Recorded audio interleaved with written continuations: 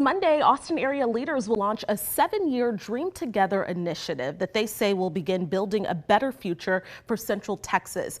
Now, this will all come on a very historic day, the 60th anniversary of Reverend Dr. Martin Luther King Jr.'s I Have a Dream speech. And ahead of the event, we've invited Shorin Patton, director of Life Anew Restorative Justice and steering committee member for the initiative, as well as Bianca Neal, executive director of the Saul Paul Foundation, to be with us today. Thank you both for being with us this afternoon. Thank you for having us. So digging into this, you said that you want this to really be Austin to become a model for social good across the nation. How will this 7-year initiative achieve that big vision?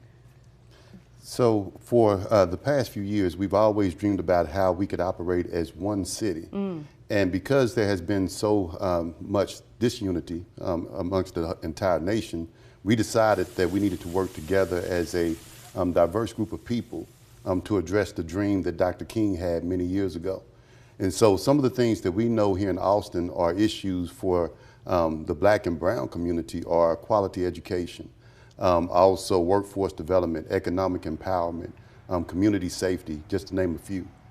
And so as this diverse group of people are coming together on August 28th in order to kick off a movement of really advocating for change and working together for change over the next 7 years.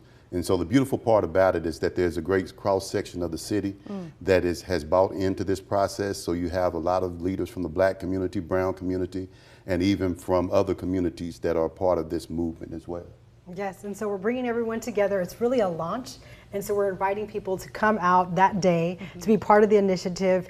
And really, what we see is that everyone coming together, this is the beginning. This is not the end all be all. That's why we've given ourselves 7 years, because we know this is going to be a long-term change, but we're ready to bring that change. Okay, well, let's talk about that 7 years, because you want to see that change in 2030.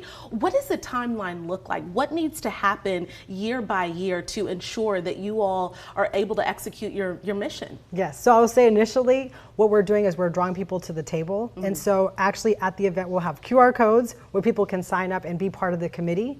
What we know is that in Austin, we have a lot of momentum. We have a lot of nonprofits, but we need to start working together. And we're hoping to create that synergy. And so initially, of course, it's getting everyone to the table, having that discussion, and continually meeting and really seeing where the areas we can focus on, amplify, and then year by year improving on those areas and efforts. And what are some of the areas now, just looking through the website, education certainly, what are some of the other, economic development, what are some of the areas of focus that you all really want to address? Foster care and adoption is one of them. And then what we're calling relational connections. There's a lot of us versus them dichotomies that exist, not only in this city, but in the state. And we want to break down some of those barriers of assumptions that lead to that us versus them. And so we want to have relational connections that helps us to come to the table to be able to address the things that matter. And so relational connections. And then along with that, we also wanted to address community safety in terms of how do we create a space within the city where every community feels as if it's safe, not because of over-policing, but because of the fact that we're actually indicating by what happens in communities by listening to the voices of the people who are directly impacted.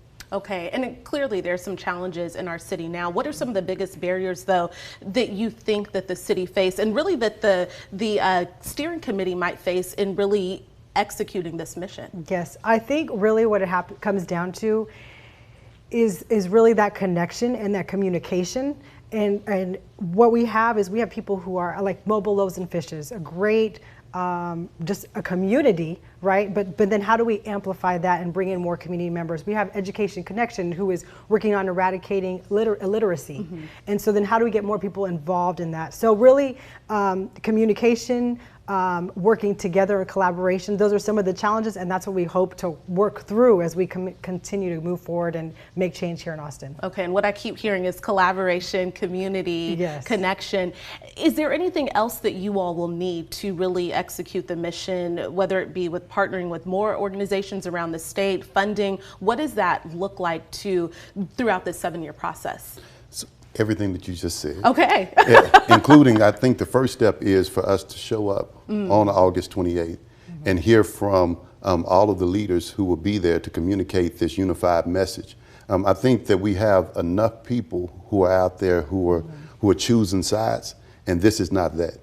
This is the only thing that we're choosing today is that we're going to work together. What that looks like, we get an opportunity to decide as we go through the 7-year process. So you will find people from all walks of life there.